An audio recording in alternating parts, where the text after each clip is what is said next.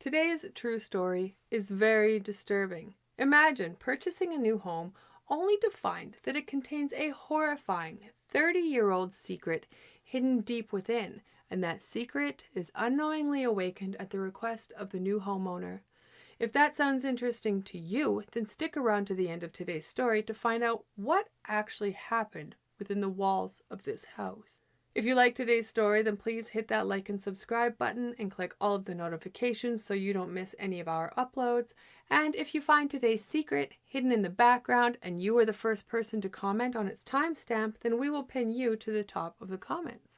And if you are curious about any of the things I've used in today's video, you can find a link to them in the description box below. Okay, let's get into it.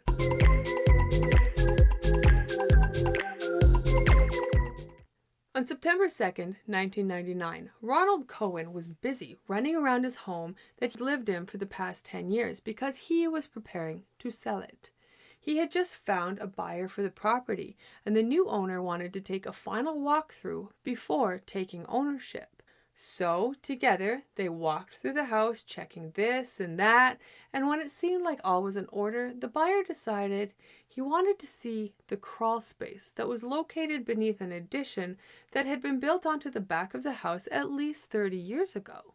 So Ronald was like, okay, no problem. Just so you know, the roof is very low, but we can go in there if you want to.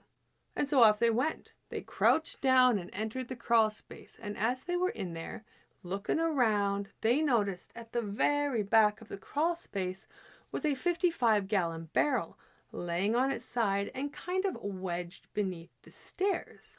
Ronald had never seen this barrel before that very moment, so when the buyer asked him what was in it, he said he had no idea and that it must have been there long before he had purchased the property 10 years ago.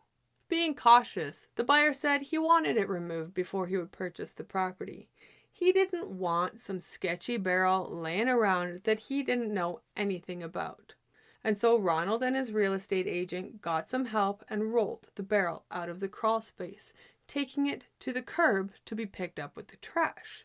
But when sanitation workers showed up the next day, they said there is no way they could take this barrel. For starters, it was 355 pounds, way too heavy for them to take, and on top of that, they had no idea what was inside of it. It would need to be emptied to make sure there was nothing hazardous or toxic inside. So still stuck with this barrel, Ronald and his real estate agent again decided that they would open the barrel and dispose of whatever was inside. So carefully, they removed the metal seal that was around the top of the barrel, holding the lid on, and then pried the lid off. And within an instant, the two reeled back in revulsion as they inhaled the most disgusting, overwhelming stench they had ever smelled in their lives. Holding their hands over their mouth and nose, trying to escape the putrid odor that was coming from the barrel, they peeked over the edge of the barrel and looked inside. And inside, they could see a curled human hand and a woman's shoe. Also in the barrel was some sort of green fluid, and floating in the fluid were tiny plastic pellets. Mr. Cohen immediately called the police, who showed up not long after and took the barrel over to the forensics labs, where they emptied it into a large white tarp so that they could collect any evidence that might be inside the barrel. Inside the barrel, they found a small body of a woman that had been crumpled up and bent in half to fit into the barrel. And because the barrel had been sealed so tightly, her body had been fairly well preserved. Her skin was sort of the consistency of rubber, but when her skin became exposed to the air, it began to decay very, very quickly. During the autopsy, they determined that the woman was only about 4 foot 9 inches tall. She was most likely Hispanic, and she had some unusual gold bridgework done to her teeth. This bridgework was consistent with dental techniques used in South America. And sadly, they also discovered that she was about 8 or 9 months pregnant when she had been struck on the head with a hammer or some sort of blunt object, which ultimately killed her. And so the police collected DNA from the fetus as well during their investigation to see if maybe they could match it with the father later on. When police emptied the rest of the barrel, they collected the green gooey liquid, which was potentially a chemical dye, the tiny black and white plastic pellets mixed in the goo, a green plastic flower stem, as well as the woman's purse that contained an address book. But the address book was in very poor condition, and detectives were not hopeful of getting any clues from it. But, nonetheless, it was put inside a forensics drying cabinet for a few days anyway. The next day, detectives started the search into where the barrel may have come from. They started going back through the history of the house and the prior owners to find out who built the extension on the house. And after a while, they came up with the name Howard Elkins, who is now 71 years old and lived in Florida. He had sold the house back in 1972 and then retired when he closed his plastics business. As the days went by and the detectives continued to dig into the case, the clues started to pour in. They noted that printed on the barrel were the letters GAF, which turned out to be the name of a chemical company based in New Jersey. GAF analyzed the plastic pellets and the green dye and determined that the pellets were polyethylene and were used to make items like plastic flower stems that was found in the barrel.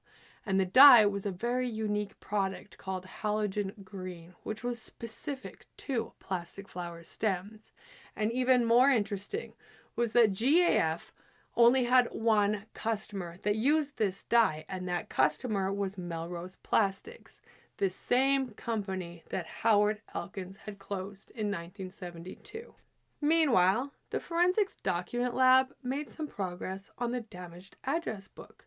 They were able to get it dried enough to where they could get the pages separated, and they were able to read some of the first notes in the book. And those notes appeared to be a resident alien number. Detectives took this number to the immigration office, but the number was from 30 years ago, and their system had changed since then, so this search was going to take a little bit of time.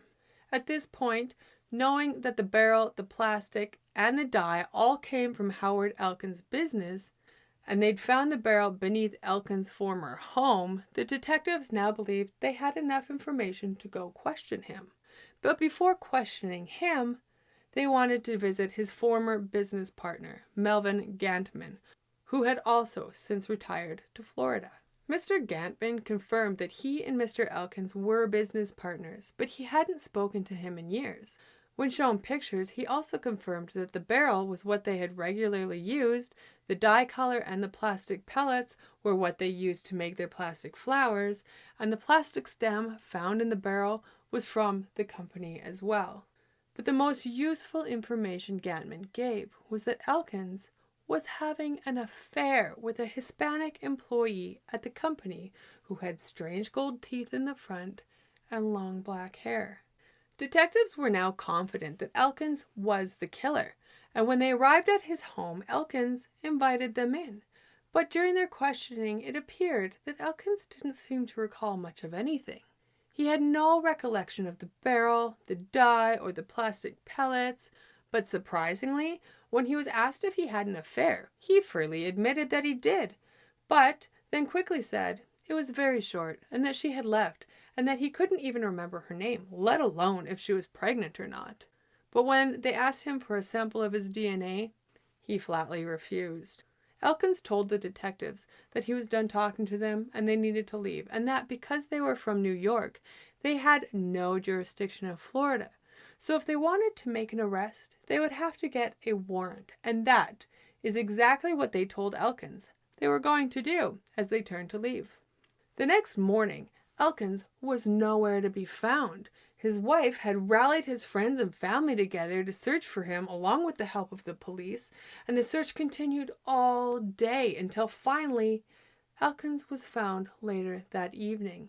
He sat in the back of his neighbor's SUV inside their garage, where he put a shotgun between his legs and the barrel in his mouth and ended his own life. His guilt was fairly obvious at this point. Detectives proceeded to collect his DNA from the scene and then took it back to New York, where it was confirmed that he was indeed the father of the fetus.